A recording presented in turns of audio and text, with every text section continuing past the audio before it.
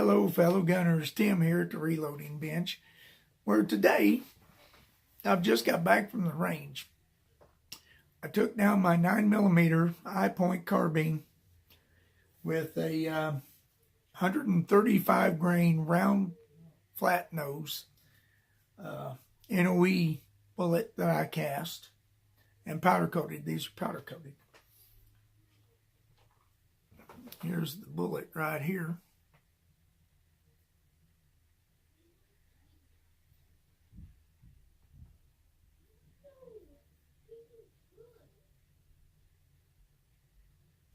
All right.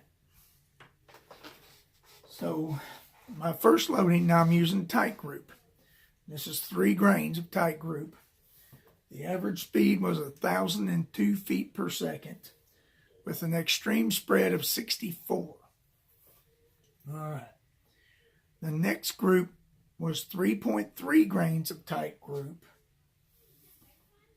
with an average velocity of 1,058 with an extreme spread of 38. Now it's almost half at this point.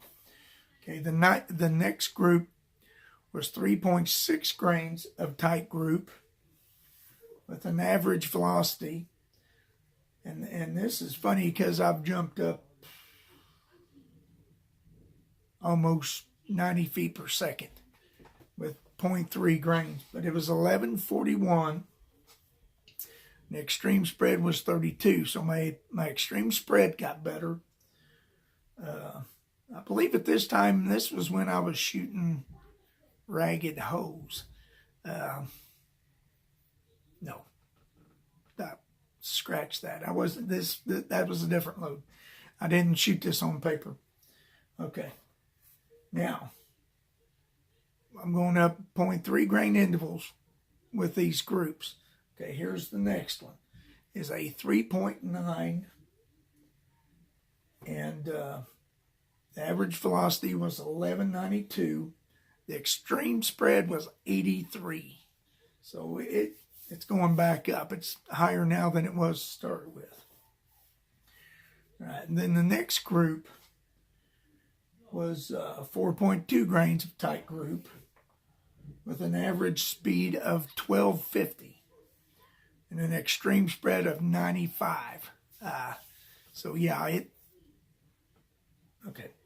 And it's showing pressure at this time. I think, yeah, you'll be able to see this. Maybe. There you go. Yeah. See? Now these are S&B primers. But I can see where it's starting to show some pressure. So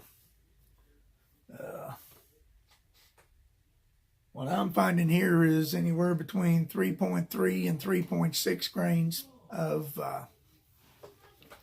Titegroup with this bullet is working really well. So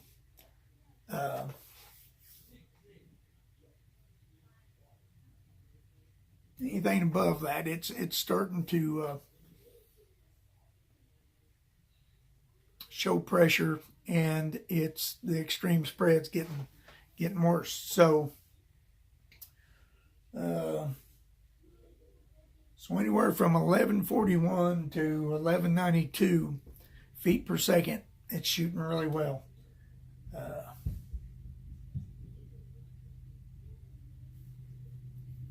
All right, I looked at that wrong, guys. I'm sorry. Anywhere from 1,058 to 1141 feet per second, it's shooting well. That's 3.3 grains of Titegroup to 3.6 grains of Titegroup. In my gun with this bullet, the way I've loaded it.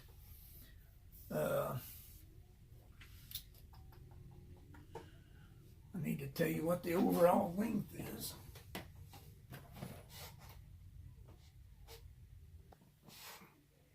All right, guys. Here's my overall cartridge length. If I can get the glare off of it. Maybe if I point it down, there we go. So now that's where I set this bullet at. The Hipoint, it'll generally eat anything I put in it, so it's not too picky. Now when I go to load these for my Star BM, that might be a different thing, but of course I can take the barrel out and do the plop test, which this is a dummy round, so I can use it. All right.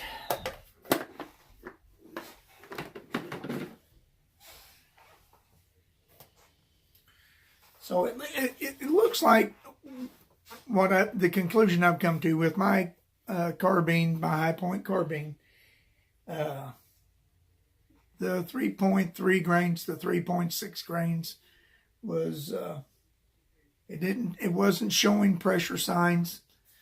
The extreme spread was better, and that velocity ain't too bad. I'd like to add it up around 1200, but 1140, 1150. I might be able to bump that up, maybe 3.7, 3.8 grains.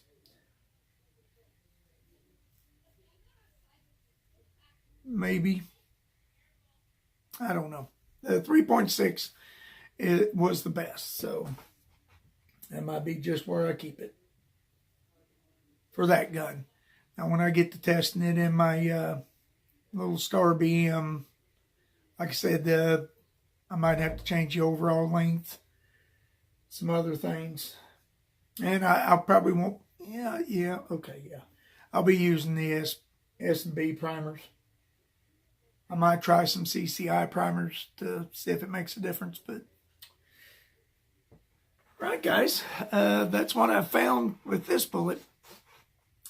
And I will be coming up with a 7mm 08 loads after this.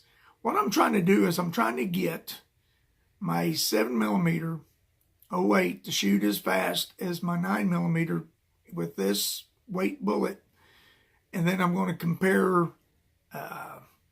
penetration. That's for a future video. I want to try and see if we might be surprised in which one is going to penetrate better than the other, or if they're the same at the same velocity. All right, guys, so stay tuned for that, and I'll catch you in the next video.